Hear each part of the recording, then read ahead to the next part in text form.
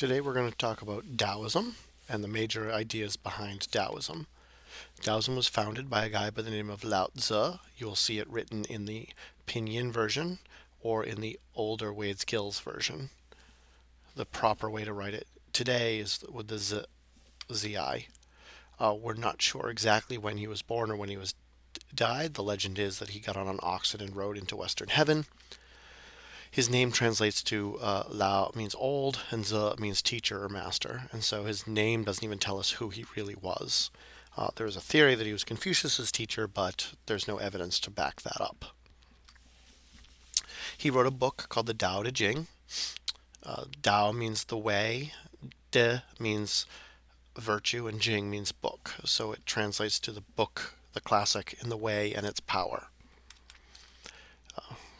The first line of the Tao Te Ching is the Tao that can be spoken of is not the Tao. And so it's very contradictory. It says that those who speak know nothing and those who know are silent. So the more I tell you about Taoism, that means the less I actually know about Taoism. Taoism is based on a couple of different principles. The first one is the Tao. You'll see it's now spelled with a D. The old way was spelled with a T. Taoism comes from the word which looks like something like this. I apologize for my bad calligraphy, and it translates to Dao, which means important road. It means the way, and it means the philosophical way. And it is the idea that there is a cause to the universe and that this is the force that flows through all of life. It's very similar to the idea of Brahman in Hinduism. The believer's goal is to become one with the Tao, to become part of nature. You can do this while living in your human body, unlike the Brahman, where you can only do it after you reach moksha.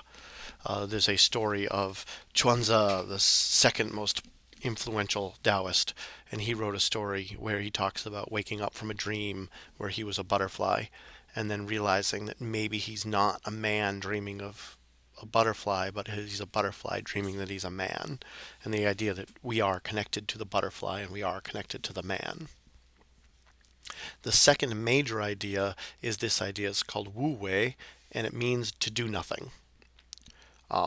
The story is that if you have a bucket of dirty water, the easiest thing to do to clean it is to let it sit, to do nothing. If you try to go into the water and pull out the dirt, you will only muddy it up.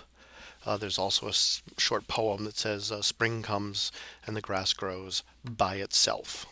That nature will just happen, and that the more you get involved, the worse things will happen.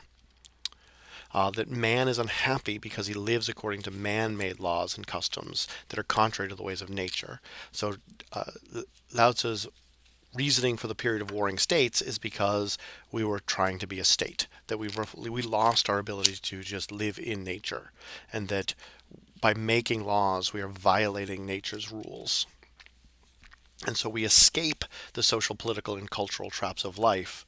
We must reject formal knowledge and learning. We must rely on the senses and instincts only, and we must discover the nature and rhythm of the universe, which leads us to the major Taoist idea, which is balance. There are two sides, yin, which is the black side, and yang, which is the masculine side.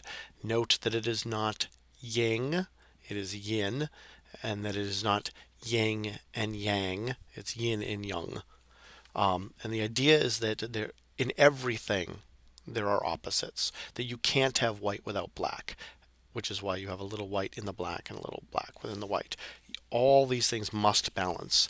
And if you live in a world dominated by chaos and suffering and absurdity, then the reason is because we've lost our balance.